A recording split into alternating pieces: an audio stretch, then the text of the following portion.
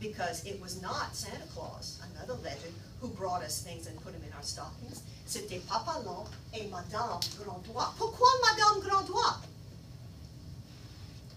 Pourquoi Madame Grandois pour mettre les choses dans les bas? Eh bien, elle a des longs doigts, n'est-ce pas?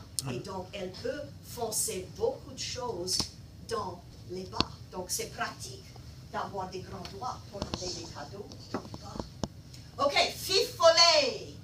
Any of you ever heard of the band called Fiffolet? Non? Oh, c'est un groupe de jeunes qui font de la musique cajun. C'est très, très joli. And Fiffolet. Now, you have to imagine the times, okay?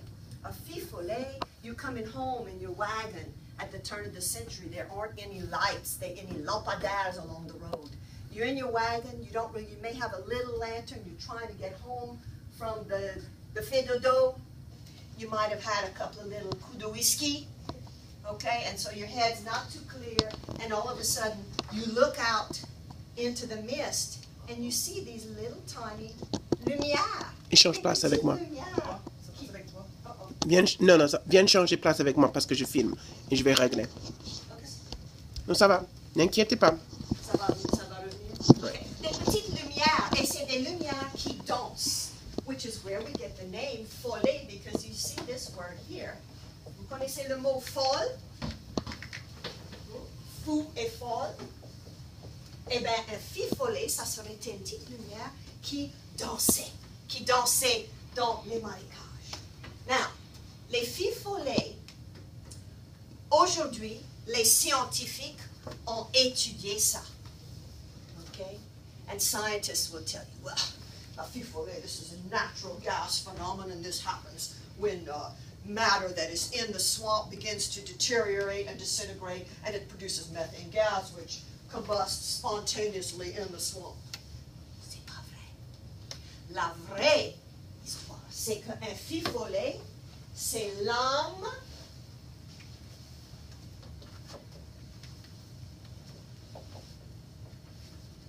d'un petit bébé qui n'a pas été baptisé.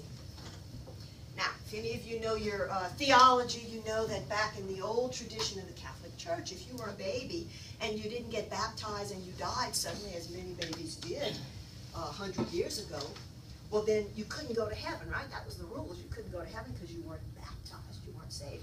But that seemed entirely unfair. And so the church sort of creates these things like limbos, and our traditions sort of create these things too that equal out the justice.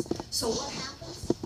If you're a baby who didn't get baptized and you died very young, well then you get to hang out in the swamps and play with the other unbaptized babies. Okay?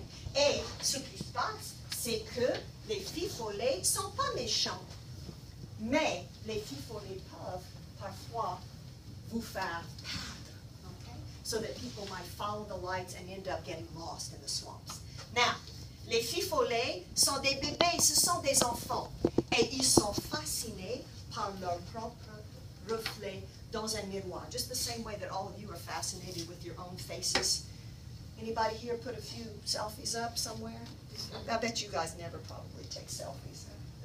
No, I didn't think so. Okay. But, I mean, they say that a lot of people do it. I don't know. That a lot of people are kind of caught up with their own reflet, their own faces, n'est-ce pas? So, qu'est-ce qui se passe? Si jamais vous êtes pris par un fiffolet, tu prends un couteau, tu fonces le couteau dans un arbre, c'est le couteau, et la lame du couteau va briller et vous allez pouvoir regarder votre reflet dans la lame.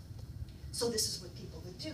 Put a knife in there, and the little fiffolets would come. They would get all fascinated by their own reflections in the mirror, and then you could sneak off and get back home.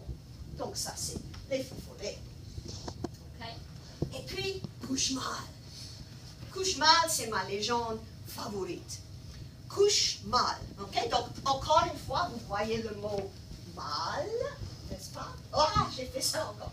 Mal, et puis vous voyez couche, comme tout ce monde-là qui est couché. So, couche mal, ça veut dire donc, qu'est-ce que c'est couche mal? Qu'est-ce que c'est se coucher? Couche mal.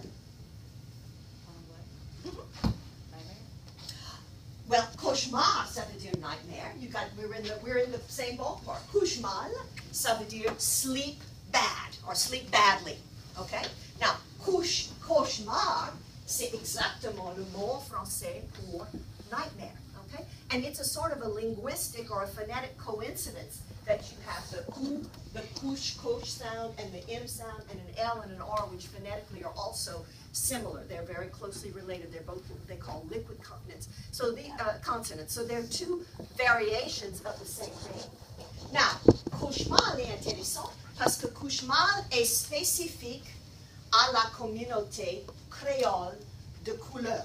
Okay? So it's very particularly known and still spoken of in communities of color, Creole communities, that is French-speaking communities of color in South Louisiana. Couche-mal, c'est typiquement une femme. Okay? Et qu'est-ce qu'elle fait? Just when you're about ready to go off to sleep, and I bet many of you have had this experience. Have you ever had this where you're going off to sleep and all of a sudden something kind of awakens you very suddenly? Oui? Okay. No? Tu n'as jamais eu cette expérience? It's something that most people, by the time you're your age, you will have a memory of that kind of experience. Couche-mal, qu'est-ce qu'elle fait? Quand vous dormez sur votre ventre, elle va venir monter sur votre dos et monter sur vous comme si vous êtes un cheval. Okay?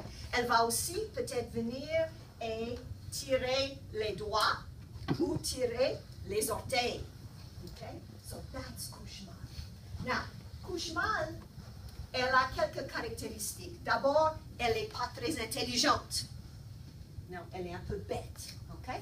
Deuxièmement, like many scary creatures, elle a peur de la lumière. In the same way that we, the good people of the mortal world, nous avons peur du noir, n'est-ce pas? We're afraid of the dark. And we all know that most of the scary creatures we know are afraid of the light. What happens to Dracula in the light, n'est-ce pas? Il disparaît.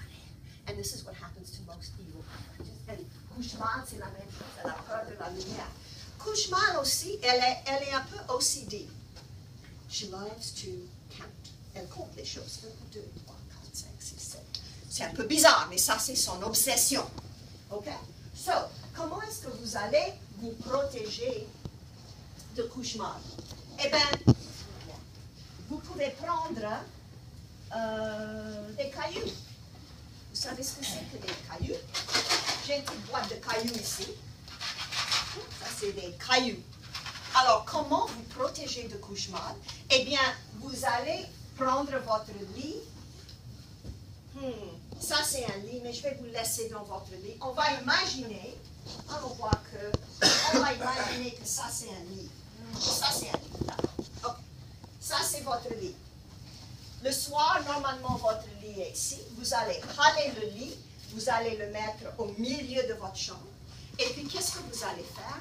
Vous allez prendre des cailloux. Vous allez les mettre autour de votre lit, comme ça. Okay? Vous faites un cercle de cailloux. Okay? Et puis, vous vous couchez, tranquille. Alors, Madame Grandois, excuse-moi, pas Madame Grandois, couche-mal, va arriver, elle va entrer dans votre chambre et elle va vous voir. Elle va essayer de monter sur votre dos, mais elle va dire, oh, des cailloux par terre, un cercle de cailloux. Combien de cailloux vous croyez qu'il y a là? Et qu'est-ce qu'elle va faire? Elle va commencer à compter les cailloux. Regardez. 1 caillou, 2 cailloux, 3, 4, 5,